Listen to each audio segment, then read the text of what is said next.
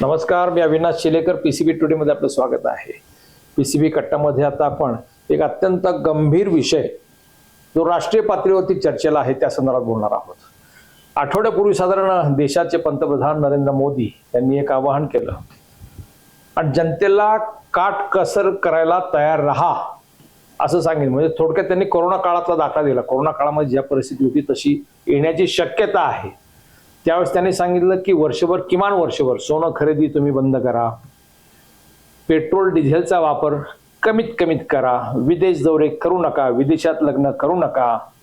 अशा प्रकारे त्यांनी एक 4-5 मुद्द्यांवरती काटकसरी संदेश दिला. त्यावेळी संपूर्ण बाजारपेठेमध्ये खळबळ माजली. देशाचे खुद्द पंतप्रधान असं बोलतायत म्हणजे याचा अर्थ पुढे काहीतरी संकट वाढून ठेवलंय हे 100% खरं आहे. त्याच्यावरती मंथन सुरू झालं. अनेकांनी सांगितलं की युद्धजन्य परिस्थिती जी होती थोडक्यात त्याच्यामुळे हा सगळा उपद्व्याप आहे, त्याच्यामुळे हे सगळं येऊन ठेपलेलं आहे आणि आगामी काळामध्ये भारत फार मोठ्या आर्थिक संकटामध्ये येऊ शकतो. आपली अर्थव्यवस्था जवळपास कोलमडू शकते इथपर्यंत त्याची चर्चा सुरू झाली. मग त्याची नेमकी कारणं काय वगैरे वगैरे त्याच्यावरती वाहप पण बराच गेल्या आठवड्याभर सुरू आहे. डॉलरची किंमत 2014 मध्ये ज्यावेळेस मोदी सत्तेवर आले त्यावेळेस 64 रुपये होती. आता ती किंमत 96-97 पर्यंत आलेली आहे. म्हणजे जवळजवळ 33 रुपयांनी डॉलरवर हे झालाय, रुपया घसरलाय. आणि आता कदाचित असंही म्हणतायत की आणखीन 4-6 महिन्यांनी सुद्धा रुपया 100 गाठू शकतो डॉलर. म्हणजे थोडक्यामध्ये रुपयाचं जे अवमूल्यन झालं त्याचा परिणाम देशभरामध्ये महागाईचा भडका उडणार. पेट्रोल डिझेलच्या किमती, इंधनाच्या किमती, गॅसच्या किमती, सीएनजी पासून सगळ्या 150च्या आसपास जातील. हे सगळं पाहिल्यावरती जर पेट्रोल डिझेल वाढलं तर महागाईचा भडका उडणार, बेरोजगारी प्रचंड वाढणार, उद्योग व्यवहार ठप्प होणार. अशा परिस्थितीमध्ये लोक सगळे संभ्रमात आहेत. नेमकं करायचं काय? सरकार अजून नेमके डायरेक्शन देत नाही. मोदींनी सांगितलं त्याप्रमाणे त्याच्यावर राजकीय टीका टिप्पणी सुरू झाली. राहुल गांधींनी सांगितलं की या पुढच्या काळामध्ये फार मोठं संकट ओढवणार आहे आणि हे सरकार अपयशी ठरलेलं आहे. हे सुरू झाले. काल आपले राष्ट्रवादी काँग्रेसचे एक नेते जितेंद्र आव्हाड यांनी सांगितलं 4 दिवस थांबा, मुंबईमध्ये हाहाकार माजेल. लोक घाबरलेत. नेमकं करायचं काय, चाललंय काय हे समजना. रुपया इतका घसरला आहे त्याची नेमकी कारण काय? याचा फटका मी समजा कार लोन घेतला असेल, होम लोन घेतला असेल तर त्याचा EMI वाढणार का? नेमकी महागाई कशाने वाढणार आहे? माझ्या खिशाला कुठे झटका बसणार याची चिंता नागरिकांना लागून आली. या परिस्थितीला नेमकं कारण काय, त्याच्यावर उपाय काय, या विषयावरती आपण थोडा उहापोह करणार आहोत. माझ्यासोबत आहेत ज्येष्ठ सामाजिक कार्यकर्ते, ज्येष्ठ राजकीय विश्लेषक आणि अर्थतज्ञ. अर्थतज्ञ या अर्थाने म्हणतोय गेले 30-35 वर्ष विविध बँका आणि वित्त संस्थांवरती जे सल्लागार म्हणून काम करतात, ज्यांचा या क्षेत्राचा दांडगा अनुभव आहे आणि देशाच्या अर्थकारणाकडे अत्यंत सकारात्मक दृष्टिकोनातून पाहतात आणि पुढे काय होणार याच्याविषयी प्रेडिक्शन करतात, ते ज्येष्ठ कार्यकर्ते पदाधिकारी सारंगजी कामतेकर. सारंगजी, आपलं स्वागत आहे. नमस्कार. सारंगजी, मला पहिले सांगा, रुपयाची किंमत जी घसरलेली आहे, रुपया म्हणजे पार घसरला, त्याची माती झालेली आहे. जो रुपया 2014 मध्ये 64 रुपये होता तो आज 96-97 रुपयापर्यंत आला. याचे परिणाम नेमके काय संभवतात? नाही, कसं आहे, आपण रुपया एकदा वाढला की रुपया डिप्रिशिएट झाला आणि डॉलर जर वाढला तर जगाची जी काही व्यवहाराची जी काही चलन आहे ते व्यवहाराचं चलन डॉलर आहे. तेव्हा आपण भारताच्या बाहेरून आपण जर काही आपण जर भारतामध्ये आणणार असू, आपण जर आयात करणार असू तर त्याचं पेमेंट आपलं डॉलरमध्ये यावं लागतं. बरोबर. पण जर डॉलरची किंमत जर वाढली तर आपोआपच त्या वस्तूची किंमत वाढली. अच्छा. त्यामुळे जर डॉलर आपण जर म्हणत असाल की 10 वर्षापूर्वी समजा तो 64 होता आणि आज तो 96 असेल तर आपण जो वरचा जो फरक आहे तो 32 रुपयाचा आहे. बरोबर. म्हणजे 50%चा फरक पडला. बरोबर. त्यामुळे त्या वस्तूची किंमत ही मूळ किंमत वाढली, त्याच्या व्यतिरिक्त केवळ चलनाची किंमत 50% वाढली.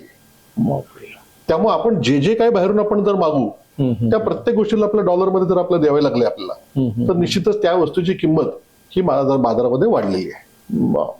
नेमके कारण काय? रुपया इतका घसरण्याचं, ज्यावेळेस नरेंद्र मोदी सत्तेवर नव्हते त्यावेळेस ते रुपयाची किंमत घसरत होती, त्यावेळेस ते फार मोठी टीका टिप्पणी करत होते, सरकारवर टीका करत होते. आम्ही सत्तेवर आल्यावर ही सगळी परिस्थिती बदलेल म्हणत होते. पण आता रुपया इतका घसरला आहे, नेमकी कारण तुम्हाला काय दिसतात त्याच्यामध्ये? आता ह्याचं कसं आहे, हे आपण केवळ 10 वर्ष 5 वर्ष 20 वर्ष असं मोजून चालणार नाही. कारण की साधारणतः ज्या वेळेस आपला देश स्वतंत्र झाला त्यावेळेस आपल्याला एक डॉलर हे आपल्या 3 रुपयाची त्याची दर होता त्याचा बर 47. 1947ला. आता एका डॉलरसाठी 3 रुपयापासून आता आपण एका डॉलरसाठी आपण 96 रुपयापर्यंत आपण आज पोहोचलेलो आहोत. तर त्याचं प्रमुख कारण असं आहे की कुठलाही ज्यावेळेस आपण डॉलरचा जो महत्वाचा विषय येतो तर कुठलाही देश हा आयात किती करतो आणि निर्यात किती करतो. जर आपण आयात केलं तर आपला डॉलर द्यावे लागतील, जर आपण निर्यात केलं तर आपला डॉलर मिळतील. आणि मग या निर्यातीचा आणि आयातीचा जो ताळमेळ आहे तो जर का ताळमेळ बिघडला मग तो जर त्याला म्हणतात ट्रेड डिफिसिट. बरोबर. की जर का ट्रेड डिफिसिट जर जास्त असेल तर आपोआपच आपल्या डॉलरची आपल्याला आवश्यकता लागणार आहे अर्थात. आणि मग ते जे डॉलर आपल्याला लागणार आहे ते आपल्या बाहेर मार्केटमधून आपला डॉलर आपल्याला घ्यावे लागणार आहे. आणि मग डॉलरचं शॉर्टेज झालं की आपोआपच कुठल्याही गोष्टीचं जर शॉर्टेज झालं तर त्याचा रेट वाढतो. त्यामुळे त्याचं मूळ कारण हे आहे की आपण आयात किती करतो आणि आपण निर्यात किती करतो. किती फरक पडला आहे साधारण? आता जे मागची आकडेवारी जी आहे मागच्या वर्षीपर्यंतची आकडेवारी जी आहे आता आपला जो ट्रेड डिफिसिट आहे हा ट्रेड डिफिसिट आपला जवळजवळ $350 बिलियन पुढचा आपला ट्रेड डेफिसिट आपला गेलेला आहे. आणि हा जो ट्रेड डिफिसिटचं प्रमुख कारण तेच आहे कारण की आपल्याकडे आता आपण जर पाहिलं असेल की जसे तंत्रज्ञान वाढतंय आपल्याकडे विविध वस्तू येतात आहे त्या प्रत्येक वस्तूमध्ये जी लागणारी वस्तू आहे ती आपल्याकडे बनते का. अच्छा. ती जर आपल्याकडे बनत नसेल तर आपल्याला ती बाहेरून मागवावी लागेल, आयात करावी लागेल. आणि ती जर आपण आयात करणार असू तर आपल्याला त्याचे पैसे आपल्या डॉलरमध्ये द्यावे लागतील. तुम्ही अगदी फार लांब नाही तर मार्केटमध्ये वारंवार आपण गेले मला वाटतं 10-15 वर्ष आपण ही चर्चा ऐकतोय की आपण स्वदेशीचा आपण वापर केला पाहिजे. त्याचा मूळ उद्देश तोच आहे की आपल्याकडं आपण त्याचा वापर केला पाहिजे. परंतु माझी या चर्चेनिमित्त माझी अतिशय आपल्या देशाच्या नागरिकांना या शहराच्या रहिवाशांना सर्वांना विनंती आहे की सकाळी उठल्यानंतर आपण ते जे टूथपेस्ट आपण घेतो ते संध्याकाळी झोपेला समजा आपण मच्छरची अगरबत्ती लावत असेल सगळे तर दिवसभर मध्ये आपण काय काय वापरतो आणि ते भारतात बनतं का याच्यातच आपलं उत्तर निश्चितपणे आपलं उत्तर सापडेल त्याचं की आपल्या आसपास त्या परिसरामध्ये त्याची मॅन्युफॅक्चरिंग त्याचं आहे का. आपण जरी म्हणतो असलो की आपण मोबाईल मॅन्युफॅक्चरिंगचे आपण लीडर आज झालो तरी पण मोबाईलला लागणारे पार्ट कुठून येतात ते सगळे चायनाहून. आपण जर कॉम्प्युटर वापरतो तर कॉम्प्युटरला वापरणारे पार्ट कुठून येतात, कॉम्प्युटर कुठून येतात. आपण जे वस्तू आपण वापरतो अगदी चांगले ब्रँड्स घालायला आता शहरांमध्ये तुम्हाला सगळीकडे मोठे मोठे ब्रँड्सची दुकान आहेत. हे ब्रँड्स कुठून येतात हे सगळे ब्रँड्स हे सगळे बाहेरच्याच वस्तू आहेत सगळ्यात. पण जेवढं आपण आयात करणार आहोत तर त्याचा परिणाम आपल्या इकॉनॉमीवरती निश्चितपणे दिसणार आहे. अच्छा. पण ह्याची परिस्थिती उद्भवली ह्याच्यामध्ये दुसरं एक सांगितलं जातं की आपल्या देशामध्ये विदेशी गुंतवणूक फार मोठ्या प्रमाणावरती होती. ती विदेशी गुंतवणूक ही सरकारची विश्वासार्हता कमी झाल्यामुळे नागरिकांनी ती काढून घेतली. मोठ्या प्रमाणावरती आपल्याकडून विदेशी गुंतवणूक बाहेर गेली. थोडक्यामध्ये लोकांनी ती काढून घेतली. त्याचा परिणाम सुद्धा एकूण ओव्हरऑल संपूर्ण या परिस्थितीवरती गेल्या 2 ते 3 वर्षामध्ये निश्चितपणे हा फार मोठ्या प्रमाणामध्ये आपल्याकडे इन्व्हेस्टमेंट जी आहे ती बाहेर चाललेली आहे. आपल्या मार्केटमध्ये आपल्या शेअर मार्केटमध्ये संपूर्ण जगातून आपल्याकडे मोठ्या प्रमाणात इन्व्हेस्टमेंट आपल्याला होत असते. परंतु जो कोणी इन्व्हेस्टमेंट करणार आहे तो इन्व्हेस्टमेंट तो काय करणार आहे की त्याला नफा मिळाला पाहिजे. बरोबर. जर त्याला नफा तेवढा मिळत नसेल तर पहिली गोष्ट तो एक सगळ्यात महत्वाचा विषय. दुसरी गोष्ट असा विषय आहे की अनेक देशांमध्ये पूर्वीची परिस्थिती त्यांची वेगळी होती की त्या भागामध्ये जे त्यांना त्यांच्या बँकेच्या खात्यावरती बचत खात्यावरती किंवा डिपॉझिटवरती व्याज मिळत होतो ते अगदी 0 किंवा 1%, 2% होतो. अनेक ठिकाणी त्याचे टक्के वाढलेत. मग ते टक्के वाढल्यामुळे त्याचा परिणाम सुद्धा आपल्याला निश्चितपणे आपल्याला मिळतो. कारण की जर त्यांच्याकडे जर का त्या पैशावरती जर व्याज मिळत असेल तर मग ते पैसे आपल्याकडून गुंतवण्याची त्यांना आवश्यकता नाहीये.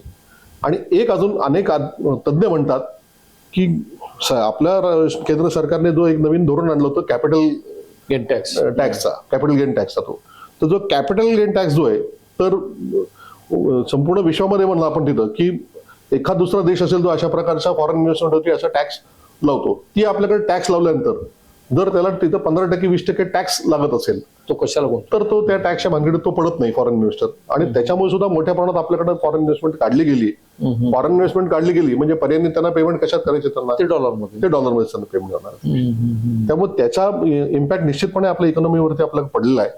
परंतु सर्वात महत्वाचा विषय असा आहे की आपण मेक इन इंडिया हा जो काय आपला स्वप्न होतं की जे काय आपला सुरुवात केली प्रोग्राम होता तो खऱ्या अर्थाने यशस्वी होणं गरजेचं होतं. कारण तो जर यशस्वी झाला नाही तर निश्चितपणे आपल्याला सगळं बाहेरून मागावं लागतंय. अगदी मध्यंतरी आपण जर माहिती आहे की अगदी पंतप्रधानांनी सुद्धा भाषण करायला सांगितलं होतं की गणपती सुद्धा चिनी डोळ्यांचा अगदी दिसतोय. आपण जर बाजारपेठेत गेला, लांब नाही, आपण आपल्या पुण्याची जी महत्वाची बाजारपेठ आहे, आपण जर ह्याच्यात गेला, शुक्रवार पेठेत आपण जर गेला, आपण किंवा जर कुठं लक्ष्मी रोडला आपण गेला, तर तिथे ज्या ज्या वस्तू आपल्याला मिळतात ते चायनीज जास्त, त्या संपूर्णपणे चायनीज वस्तू येतात. आणि चायनीज वस्तू या स्वस्त मिळतात. स्वस्त मिळत असल्यामुळे निश्चितपणे जो ग्राहक असतो तो तिकडे आकर्षित. की तो पहिली गोष्ट तो दर पाहतो आणि क्वालिटी पाहतो. मग त्या दरामध्ये जर का त्याला दर कमी मिळत असेल तर निश्चितपणे तो ती वापरणार किंवा तो ती घेणार. आणि जो ट्रेडर असतो तो सुद्धा त्यातला नफा पाहतोय तो. अर्थात त्याला जर त्यात नफा मिळत असेल तर निश्चितपणे तो तोच माल विकणार.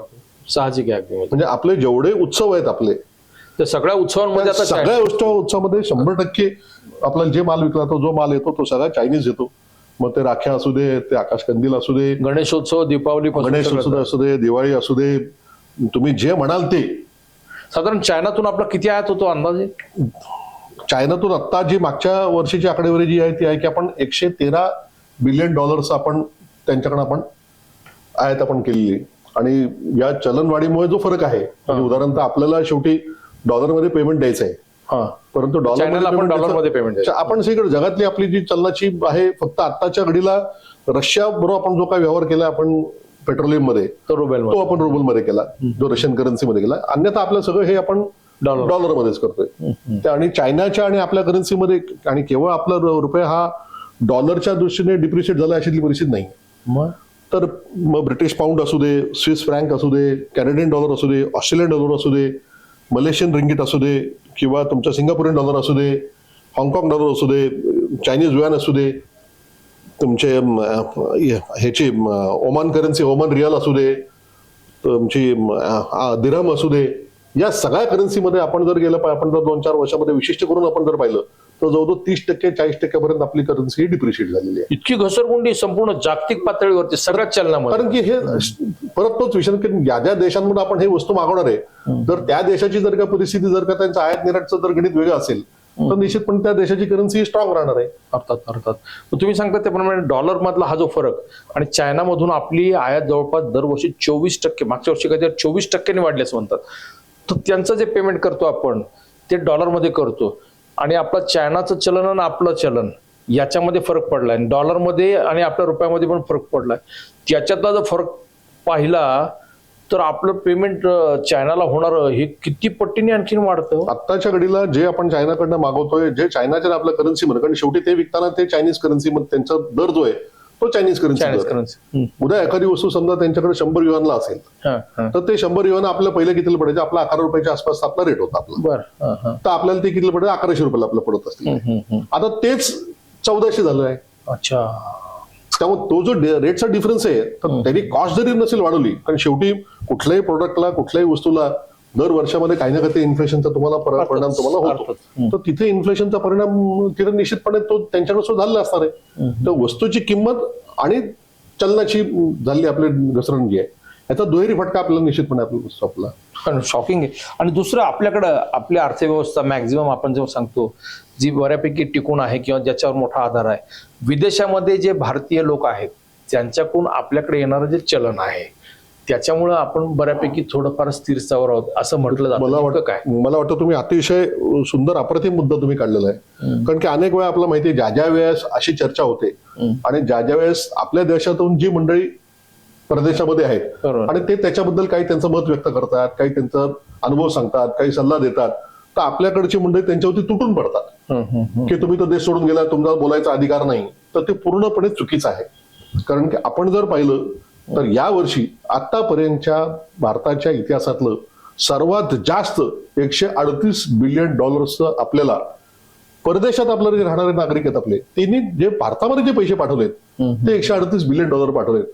म्हणजे आपल्या इकॉनॉमीला फार मोठा आधार हा आज त्याचा आहे. कारण की ते पाठवताना ज्या करन्सीमध्ये पाठवतात त्याचा बेनिफिट आपल्याला निश्चितपणे आपल्याकडे जे फॉरेन करन्सी ते आपल्याकडे प्राप्त होते आपल्याकडे. आणि $138 बिलियन हा खूप मोठी रक्कम आहे. आता आपले जे फॉरेन कॅश रिझर्व्ह आहेत ते आता आपले $700 बिलियन आसपासचे आपले आहेत. अच्छा. $138 बिलियन तर केवळ आपला रेमिटन्स आपला येतो बाहेरच्या देशातून आपल्या. त्यामुळे ते जे मंडळ आहेत त्यांच्याकडनं जी देशाला जी मदत होती ती निश्चितपणे मोठी मदत त्यांच्याकडनं. नाही, हा तुम्ही फार महत्वाचे दोन्ही तीन मुद्दे सांगितले डॉलरच्या तुलनेमध्ये. मला प्रश्न असा पडतो, एक सामान्य माणूस म्हणून मला असं वाटतं की खरंच डॉलर वाढला, रुपया घसरला वगैरे हे आपण चर्चा करतो, त्याचं विश्लेषण करतो. माझ्या खिशाला नेमका काय फरक पडणार? EMI वाढणार का? बँकेचा व्याजदर वाढणार का? नंतर मला जर समजा गुंतवणूक करायची असेल तर मी कुठे करावी हा मला प्रश्न पडतो. कारण शेअर मार्केट अपडाऊन उद्या शेअर मार्केट कोसळतं की काय? रिअल इस्टेटमध्ये पैसे गुंतवावेत, उद्या घरांचे दर कोसळतात की काय? ह्या सगळ्या अस्थिर परिस्थितीमध्ये देशाची अर्थव्यवस्था, देश कोलमडतो की काय, हे सगळं पाहिल्यावरती माझ्यासारख्या सामान्य माणसाने नेमकं गुंतवणूक कुठे करावी, काटकसर कशी करावी, मला नेमका कुठे फटका बसणार? नाही, आता एक असं आहे, ह्याला रिपल इफेक्ट म्हणतात. म्हणजे आपण एखादा रिपल इफेक्टचा अर्थ आहे जसं आपण पाण्यामध्ये एखादा दगड टाकला की त्याचे तरंग जे पसरतोय, तसं हे विषय आहे की एक वस्तू पुरता तो मर्यादित राहत नाही इफेक्ट. कारण पहिला सगळ्यात जास्त आपला डॉलर कुठं लागतं आपल्याला, तर आपल्याला लागतं आपल्या फ्युअल मागवलं, पेट्रोल डिझेलसाठी आपल्याला पहिल्यांदा डॉलर लागतं आपल्याला. बरोबर. गॅस आपण बाहेरून आणलं त्यासाठी आपल्याला डॉलर लागतं. आता पेट्रोल आणि पेट्रोलियम जेवढे प्रोडक्ट्स आहेत त्याच्या सगळ्यांचा जर का तिथं जर रेट वाढला, नुसता डॉलरचा रेट आहे आणि आता युद्धामुळे तिथं जे शॉर्टेज आहे त्याचे जे रेट वाढले तोही विषय वेगळा आहे. हे दोन्ही जर रेट जर आपण वाढले तर आपण विचार केला तर जर नुसत्या तर पेट्रोलचे गेले 10 दिवसामध्ये 7 रुपयांनी आता दर वाढलेले आहेत. हो, 10 दिवसात डिझेलचे 7 रुपयांनी दर वाढलेत. मग 7 रुपयांनी दर वाढले म्हणजे जे आता डिझेलचा खर्च होता तो कमीत कमी नाही म्हणलं तर 8% तर तुमचा आता वाढला का नाही वाढला? सरळ सरळ सरळ मग जर 8% वाढला असेल तर जे वाहतूक खर्च आहे तो 8% वाढला. सरळ बरोबर आहे. मग वाहतुकीचा खर्च 8% वाढला तर कोणताही त्याचा भार कोणावरती पडणार आहे? तो त्या वस्तूच्या विक्रीवरतीच पडणार, किमतीवरतीच पडणार आहे. आणि मग एकदा त्या वस्तूच्या विक्रीच्या किमतीवरती तो 8%चा भार पडला की त्या 8%चा इम्पॅक्ट तुम्हाला आपोआपच पुढे तो तुमचा वाढत जातो. तो तेव्हा पहिला मुद्दा असा आहे की महागाई कशी वाढणार आहे, तर महागाई पहिल्या या निमित्ताने वाढते. अच्छा, आपण जर पेट्रोलियम प्रोडक्ट्सच्या संदर्भात जर आपण गेला की फ्युअलचे रेट वाढले तर बाकीचे रेट वाढले. सरळ मग बाकीचे रेट वाढले तर सगळ्यात मोठा विषय असतो की आपल्याकडे विकास कामं असतात. विकास कामं कशावरती असतात?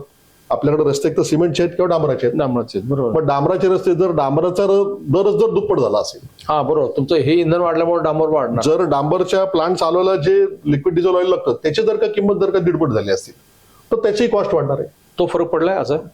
आता डांबरच्या बाबतीमध्ये मला वाटतं कालच आपणच तो पिशवीत तो संदर्भ दिलाय की 42,000चा रेट होता तो आता 70,000 रुपये गेलाय. आणि लिक्विड डिझेल ऑइलचा जो रेट होता तो जो 70 रुपये होता तो 110 रुपये गेलाय. म्हणजे तो जो 40% वाढलाय आणि हा जो दुप्पटपेक्षा जास्त वाढलाय. त्याचा नेमका इम्पॅक्ट काय पडणार? त्याचा ज्या कंत्राटदाराकडे अशी परिस्थिती असेल की त्याला कंत्राटीमध्ये त्याच्याकडे एस्कलेशनचा जर क्लॉज असेल की जर का रेट वाढले तर त्याला तो मोबदला द्यायचा आहे त्याला, तर त्या विकास कामाचा खर्च वाढणार आहे. त्या विकास कामाचा खर्च वाढला म्हणजे इतर विकास कामांसाठी जी निधी आपण जर ठेवला असेल त्या निधीवरती त्याचा निश्चितपणे परिणाम तुम्हाला होणार आहे. देशभरातल्या इन्फ्रास्ट्रक्चरवरती याचा सगळ्यात मोठा संपूर्ण देशभराच्या इन्फ्रास्ट्रक्चरवरती त्याचा परिणाम त्याचा पडणार आहे. एकदा इन्फ्रास्ट्रक्चरवरती परिणाम झालं तर इन्फ्रास्ट्रक्चर शेवटी ते पैसे कोणाला तरी खर्च होतात. अर्थात कोणतरी त्याचा व्यवहार करतो, तो काहीतरी विकत घेतो. मग तो जे विकत घेतो त्या वस्तूच्या व्यवहारावरती परत इफेक्ट येणार आहे, कारण की त्या वस्तूची खप आपापच तुमचा बदलणार आहे, तो खप कमी होणार आहे. आणि तुम्हाला माहिती एखाद्या वस्तूचा जर का खप जर कमी व्हायला लागला तर मग दर कमी होतात. कारण खप जर जास्त असेल तर ऑटोमॅटिक डिमांड जर त्याची वाढली, डिमांड जर वाढली तर त्याची दर कमी होतो. इथं कारण जर खप जर कमी होत असेल तर त्या सगळ्याच व्यवसाय हे आपापच त्याच्यामध्ये अडचण देणार आहे. आणि त्यामुळं त्याचा इम्पॅक्ट एका वस्तू पुरता राहणार नाही, मल्टिपल ह्याचा मल्टिपल इम्पॅक्ट आहे. साधं छोटंसं उदाहरण आपल्याकडे आहे की सोन्याचं उदाहरण आहे की पंतप्रधानांनी सांगितलं की सोनं 1 वर्षभर तुम्ही घेऊ नका. काय फरक काय पडणार? समजा सामान्य माणूस म्हटलं आम्हाला वर्षभर सोनं घ्यायचं नाही, एक राष्ट्रभक्ती म्हणून मला सोनं वर्षभर घ्यायचं नाही असं ठरवलं, काय परिणाम होऊ शकतो? नाही, त्याला दोन्ही बाजू आहेत. कारण कसं असं पंतप्रधानांनी ते आवाहन करण्यामागचं सगळ्यात मोठं पहिलं कारण आहे की दरवर्षी आपण जवळजवळ म्हणजे मागच्या 2 वर्षापूर्वी 3 वर्ष आपण गेलो 680 टन सोनं आपण आयात करतो. आपल्याकडे होतच नाही प्रश्न. तर सोनं आपण जे आयात करत होतो त्याला आपल्याला सांगता $35 बिलियन आपला खर्च होता. आता आजच्या तारखेला आपण 700 टनाच्या आसपास आपण करतो. म्हणजे एक 2-5% आपलं फार तर आपली आयात वाढली. ते सुद्धा मध्यंतरी शासनाने याच्यावरती जो इम्पोर्ट ड्युटी होती ती 15% कमी केली म्हणून थोडासा खप वाढला म्हणजे आयात वाढली. आणि त्याचबरोबर लोकसंख्या सुद्धा आपली त्यात वाढते तर त्याचा काही इम्पॅक्ट त्याचा आला. परंतु ते पूर्वी 680 टन सोनं आणायला आपल्याला $35 बिलियन खर्च होता. आता तेच सोनं म्हणजे 700 टन सोनं आणायला आपल्याला $73 बिलियन खर्च आला. इतका फरक आहे म्हणजे दुप्पटपेक्षा जास्त तेवढ्याच सोन्यासाठी आपलं पैसे आपला मोजावं म्हणजे लागतं. आपलं विदेशी चलन आपल्या तिजोरीतलं तेवढंच तिकडे तेवढंच आपलं तिकडे जात आहे. तर दर एकतर जगभरामध्ये सोन्याचे दर वाढलेत त्याचा इम्पॅक्ट आहे आणि करन्सीचा इम्पॅक्ट आहे. या दोन्ही जर आपले इम्पॅक्ट आल्यामुळे त्याचे दर वाढलेत म्हणून पंतप्रधानांचं आव्हान होतं की तुम्ही ते खरेदी करू नका जेणेकरून त्याच्यावर जाणार जो विदेशी चलन आहे चलन आहे ते चलन काही प्रमाणात तरी वाचेल. परंतु हा आता तात्पुरता उपाय निश्चितपणे आहे. परंतु कायमस्वरूपी जर उपाय करत असेल तर आपल्याला आपल्या देशामध्ये आपल्याला आपली उत्पादकता वाढवावं लागणार आहे. कारण की मला लहानपणी माझ्याकडे मला माहिती अनेक घरांमध्ये असं सांगितलं होतं पूर्वीची म्हण होती की आपले चादर बघून आपले पाय पसरायचे. बरोबर. परंतु माझ्या घरी माझी आजी माझी आई सांगायची की पाय आपण लहान नाही करायचे तर आपण चादर मोठी करायची. त्यामुळे अशा परिस्थितीमध्ये जर का आपल्याला या परकीय चलनाचा विषय असेल आपला तर निश्चितपणे आपण पाय आखडण्यापेक्षा आपण आपली चादर मोठी करण्यासाठी आपण लक्ष दिलं पाहिजे. चादर मोठी करणं ते एका रात्रीत निश्चितपणे होणं शक्य नाही. त्याला निश्चितपणे देशाला कुठं ना कुठेतरी त्याच्या संदर्भातलं कठोर पावलं उचलावं लागणार आहे आणि आता ती वेळ निश्चितपणे आली. थोडक्यात आपली उत्पादकता वाढवली पाहिजे, आपली निर्यात वाढवली पाहिजे. तर हे दोन्ही मुद्दे आपली उत्पादकता वाढवली पाहिजे त्याचबरोबर आपल्याला जे शक्य आहे ते आपलं स्ववापरासाठी स्वदेशी वापरा. बरोबर. ते जे आपल्याला स्वतः वापरायचं असेल तर ते आपण त्याचं उत्पादन जे होतंय त्याच्यावरती जर आपण लक्ष दिलं तर विदेशी चलन वाढतं. तर निश्चितपणे ते शक्य आहे.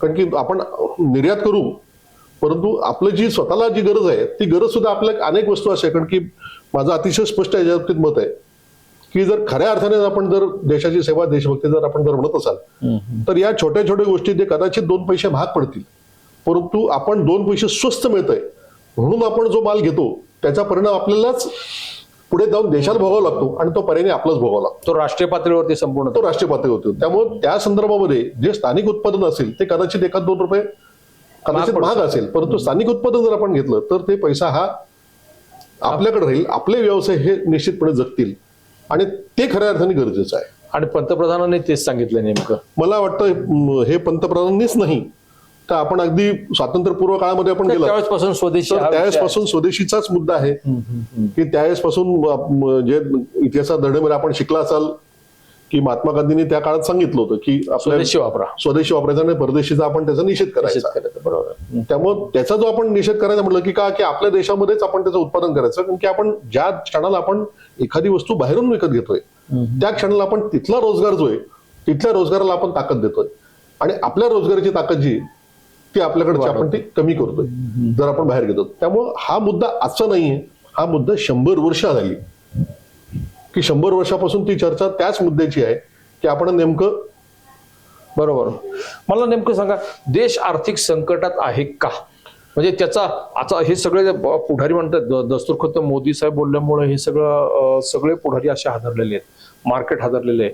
सराफ मंडळी सगळे रस्त्यावर आले जसं सोनं खरेदी करू नका म्हटल्यावरती. शेअर मार्केटमध्ये पैसे गुंतवायचे की नाही याच्यावरती सर्वसामान्य मध्यमवर्गीय माणूस सुद्धा चिंतित आहे. उद्या बँकेचे व्याजाचे दर कमी झाले तर आमच्या FD मध्ये सुद्धा आम्हाला व्याज मिळणार नाही. आम्ही जगायचं कसं? हे सगळ्यांसमोर प्रश्न आहे. देश आर्थिक संकटात आहे का? देश कोलमडू शकतो का? भारतासारखा देश हा इतक्या सहजासहजी कोलमडणारा देश निश्चितपणे नाही. परंतु जगभरामध्ये आता जे युद्धामुळे जी परिस्थिती निर्माण झाली आहे कारण सगळ्यात पहिला इम्पॅक्ट आपल्याला त्यातला कुठला आहे तर आपला फ्युएलचा आहे की तेल पेट्रोल आणि डिझेलच्या संदर्भात जर का आपलं क्रायसिस आलं कारण ते जर ठप्प झालं तर संपूर्ण देश ठप्प. त्यामुळे आणि इराणच्या युद्धामध्ये जी परिस्थिती तिथलं जे काय हल्ले झाले तिथल्या तेलाच्या खाणीच्या विहिरींवरती हल्ले झाले तिथल्या गॅसच्या विहिरीवरती हल्ले झाले ते जे हल्ले झाले त्याच्यावर त्यांची उत्पादन क्षमता आहे ही उत्पादन क्षमता काही प्रमाणात घटलेली आहे. त्याचबरोबर ती उत्पादन क्षमता घटली आणि त्यांच्याकडं आता गेले 2-3 महिने युद्धामुळे ते जे उत्पादन त्यांचं कमी झालंय त्याचा इम्पॅक्ट जो संपूर्ण जगभरामध्ये पडणार आहे कारण की जो 21% इंधन हे इराणच्या त्या हॉर्मुझ मधून येत असतं अशी आपण सर्वांनी वाचलं. तर 21% जर का गेलं तर 20% तुमचं निश्चितपणे तुमचा मार्केट तुमचं अडचणीत आलं तुमचं शॉर्टेज आलं आणि मग ते जर शॉर्टेज आलं असेल तर ते निश्चितपणे तुम्हाला वाचावं लागणार. त्याचा परिणाम हा त्यामुळं तेलाच्या संदर्भातलं जे जाणारे जे काही नुकसान होत आहे ते नुकसान महत्वाचं आहे. करन्सीचं नुकसान हा पुढचा टप्पा आहे. परंतु पहिला टप्पा जो आहे की युद्धाच्या संदर्भातलं जे काय घडलेलं कारण उद्या जर युद्ध संपलं तर एका रात्रीत तर काय ते सगळं दुरुस्त होणार नाही. त्याला दुरुस्त होण्यासाठी काही कालावधी लागणार आहे आणि मग त्या कालावधीमध्ये काय घडतं, कारण की आपण कोरोनाच्या वेळेस आपण पाहिलंय की कोविड आलं आणि कोविड आल्यानंतर आपण लॉकडाऊन झालं, व्यवसायामध्ये आपलं ठप्प झाले, पण त्याचा परिणाम असा आला की हजारो व्यवसाय हे कालांतराने बंद पडले. खरंय. कारण की त्या काळातला जो खर्च असतो, पगार असतात, बाकीचा वरचा खर्च ते असतो, नाही होऊ शकत. ते भागवायला माणूस गेला तर त्याचा नफा निघून जातो आणि नंतर तो व्यवसाय तो जगू शकत नाही, टिकू शकत नाही. तेव्हा ती भीती निश्चितपणे आता त्याची आहे, कारण की ते जर घडलं तर छोटे मोठे व्यवसाय तर छोटे मोठे व्यवसाय त्याला इम्पॅक्ट येणार आहे. म्हणजे आपण जर पाहिलं की हॉटेलमध्ये गॅसची बचतच्या अडचण यायला लागली, त्यांचं बरेच अडचणीचं झालं. त्यांचे प्रॉडक्टच कमी झाले.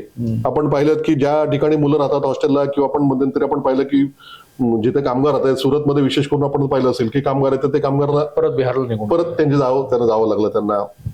तर जिथे जेवढे खानावळी आहेत त्या खानावळीवरती त्याचा परिणाम त्याचा झाला. मग कोरोना सदृश जी परिस्थिती मग ती होती जी ती आता- आर्थिक परिस्थिती जर त्यांचं उत्पन्नच कमी झालं तर ते खर्चही कमी करणार आहे. बरोबर. त्यांनी जर खर्च कमी केलं तर विक्री कमी होणार आहे, विक्री कमी झालं तर उत्पादन कमी होणार, उत्पादन कमी झालं तर रोजगार कमी होणार आहे.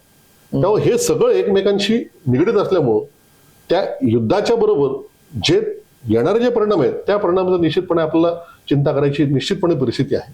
ह्याच्यावरती सोल्युशन काय आता पुढचं नेमकं short term, long term, medium term, आता तुम्ही थोडक्यामध्ये याच्यात सर्वसामान्य माणसाला सोल्युशन काय सांगणार? नाही, आता आपण जसं म्हणतो की आपण एक मुद्दा चर्चेबाबत राहून गेला की जिथे आपण एकीकडं या युद्धासंदर्भात आपण बोलतोय, आपण आयात निर्यात संदर्भात आपण बोलतोय, त्याचप्रमाणे आपण एक फार महत्वाचा मुद्दा आपण विसरतोय जे चर्चेतनं आपण बाजूला गेला की जगामध्ये जे तंत्रज्ञान जे विकसित होतंय, विशिष्ट करून एआय जे म्हणून जे विकसित होतंय, एआय विकसित झाल्यामुळे अनेकांचे रोजगार आज जाणार आहेत. जाणार. सरळ. आणि जे तज्ञ जगभरामध्ये उपलब्ध आहेत, जे काय त्यांचं वक्तव्य आहे, जे ते म्हणतायत, जे काय तथ्य ते मांडतायत, जे आकडेवारी ते मांडतायत, आणि आपण सुद्धा पाहतायत की छोट्या मोठ्या कामाला सुद्धा आता एआयचा वापर आपल्याकडे सुद्धा सर्रास. सुरू झालाय. तो जर सुरू झाला तर निश्चितपणे रोजगारावरती त्याचा परिणाम होणार आहे. आणि एआयच्या रेसमध्ये आपण निश्चितपणे मागे पडलो आणि ते मागे पडल्यामुळे त्याचा परिणाम आपल्या व्यवसायावरती आपल्या येणाऱ्या काळामध्ये तो कदाचित या युद्धापेक्षाही भयानक असेल. आणि त्याच्यासाठी मात्र आपण कुठं ना कुठे आपण तयार असायला पाहिजे होतो. परंतु तशा पद्धतीने अगदी पालक सुद्धा पण दिसत नाही, त्याची चर्चा दिसत नाही, त्या दृष्टीने विचारही करत नाही त्या दृष्टीने. नाही. पण सामान्य माणूस गोंधळायला नेमकं करावं काय आता? म्हणजे आता महागाई वाढणार, लोक म्हणतात मग आम्ही आता वर्षभराचं धान्य भरून ठेवायचंय का? महागाई वाढणार किंवा बँका, काही जण म्हणतात बँका बंद पडणार, मग बँकेतले पैसे काढून घ्यावे का? लोकांच्या मनामध्ये हे छोटे मोठे, हे कसं आहे, सर्वसामान्य मध्यमवर्गीय माणूस आपल्याकडे फार मोठ्या प्रमाणावर तो चिंतेत आहे. नेमकं अशी काही परिस्थिती उद्भवू शकते साहेब? जर साठेबाजी झाली की आपण जर का उद्या लागणारं काहीतरी परवडणं म्हणून आपण जर का आज जे आता इंधनाच्या बाबतीत चालू आहे, इंधनाच्या बाबतीत चालू आहे, ते जर धान्या बाबतीत घडलं तर परिस्थिती निश्चितपणे वाईट होणार आहे. परंतु एक लक्षात घ्यायचं, आपल्याला हा साधा सोपा विषय, आपल्याला जर ताप आला तर आपण काय करतो? आपण ताप आला तर पहिली गोष्ट आपला सर्दी खोकला 8 दिवस आपल्या घरी आपण आराम करतो. आपण आराम करून त्याच्यावरती काय औषध घेतो आणि मग आपण करतो. इथे देश निश्चितपणे कुठं जर का आर्थिक अडचणीमध्ये येत असेल आणि जर का त्याच्यावर देशाच्या आरोग्यावरती परिणाम होत असेल तर कुठे ना कुठेतरी थोडंसं आपण त्याची काळजी सुद्धा आपल्याकडनं करायला पाहिजे, गरजेचं आहे. प्रश्न. आणि मग त्यामध्ये ज्या ठिकाणी आपल्याला अनावश्यक आपण जे काही खर्च करतोय ते थांबले ते पाहिजे. अनावश्यक खर्च ते अगदी तुम्ही कणकी आपण जर म्हणलं की उद्या काय खर्च थांबवायचे म्हणलं, जर का पंतप्रधान सांगितलं होतं की तुम्ही परदेशात जाऊ नका पण देशात फिरा, देशात फिरा. बरोबर. म्हणजे पैसे बाहेर खर्च करू नका, ते देशात खर्च करा, देशात खर्च करा. तेव्हा देशाची गाडी जर चालवायची असेल तर थोडंसं आपल्याला विवेकाने आपल्याला वागावं लागणार आहे की उगाचच मला काहीतरी मला आवड आहे म्हणून मी परदेशातलं मिळतं ते घेत बसून मी, आणि त्याचा परिणाम माझ्या इकॉनॉमीवरती पर्यायी मलाच पडणार आहे. तर ते थोडंसं विचारपूर्वक तो विषय करावा लागणार आहे. त्याचबरोबर भविष्यामध्ये जे पुढच्या 2 वर्षांनी 5 वर्षामध्ये रोजगाराचं जे पूर्ण चित्र जगभरात बदलणार आहे त्या दृष्टीने आपण तयार आहोत का नाही याचा सुद्धा विचार करायला, सामान्य नागरिकाला विचार करायचे. तर त्याची निश्चितपणे मला वाटतं वेळ आली, म्हणजे वेळ आता निघून चाललेली आहे, तर ते सुद्धा आहे. आणि जास्तीत जास्त आपल्या अंतर्गत व्यवहार काय करता येईल तो अंतर्गत व्यवहार जर आपण केला, कारण जर सगळ्यांनी जर पैसे वाचून ठेवले हातात तर मार्केट चालणार कसं? मार्केट चालणार. त्यामुळे काय ते काय म्हणत, धरलं तर चावते सोडलं तर पळते, अशी परिस्थिती निश्चितपणे आहे. परंतु आताचा काळ जो आहे हा थोडासा संयमाने वागायचा काळ आहे आणि निश्चितपणे संयमाने वागून, परंतु आपण आपल्याला जी लागणारी वस्तू आहे त्याचा उत्पादन आपल्याला कसं काढता येईल आपल्याकडे, आणि आपण जे बाजारात घेतोय ते 1-2 पैसे महाग जरी असेल तरी आपल्या देशात उत्पन्न झालं आहे का नाही ह्याचा विचार मात्र सगळ्यांनी करणं गरजेचं आहे. शेवटचा प्रश्न, रुपया 100 गाठणार?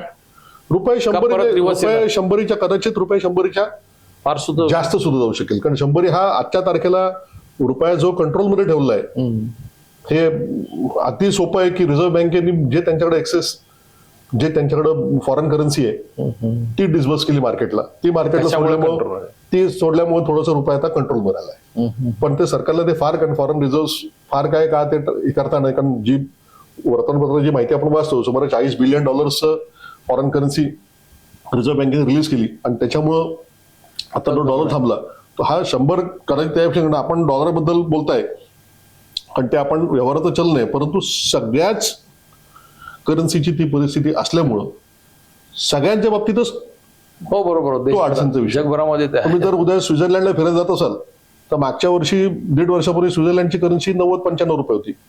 आज ती 122 रुपये झाली. 122 रुपये म्हणजे जवळजवळ 30% त्याच्यात वाढ झाली आहे. तर उद्या स्वित्झर्लंडला फिरायला गेलं तर तुम्ही 30% एक्सेस खर्च करणार आहे. सरळ सरळ कारण तिथल्या करन्सीवर तुम्हाला खर्च करावा लागणार आहे. हे सगळीकडेच त्याचा इम्पॅक्ट आहे. त्यामुळं डॉलर 100 जाईल की 100 पेक्षा जास्तही जाऊ शकेल. कारण त्याला कंट्रोल करणं जर असेल तर त्याच्यासाठी उपाय जो आहे तो उपाय हा तात्पुरता नाहीये. बरोबर नाहीये. तो लॉंग टर्म उपाय करावा लागणार आहे आणि लॉंग टर्म उपाय करण्यासाठी निश्चितपणे आपल्या सर्वांना कंबर कसावी लागणार आहे. खरं सारंगजी, ओव्हरऑल आपण पाहिलं एक डॉलरच्या तुलनेमध्ये रुपया जो घसरला आहे त्याचे किती परिणाम एक एक पाहिले आपण त्याच्यामध्ये. सर्वसामान्य माणसापासून उद्योग व्यापार संपूर्ण देश कसा भोगतोय ते आपण पाहिलं. याच्यावरती अत्यंत इतकं पॅनिक व्हायची सुद्धा तशी गरज नाहीये. पाहिलं तर आपण आपल्या हातात परिस्थिती आहे. आपला देश लगेच कोलमडून पडू शकेल अशी परिस्थिती नाही असं सारंगींच्या एकूण विश्लेषणाचा तो एक अर्थ आहे.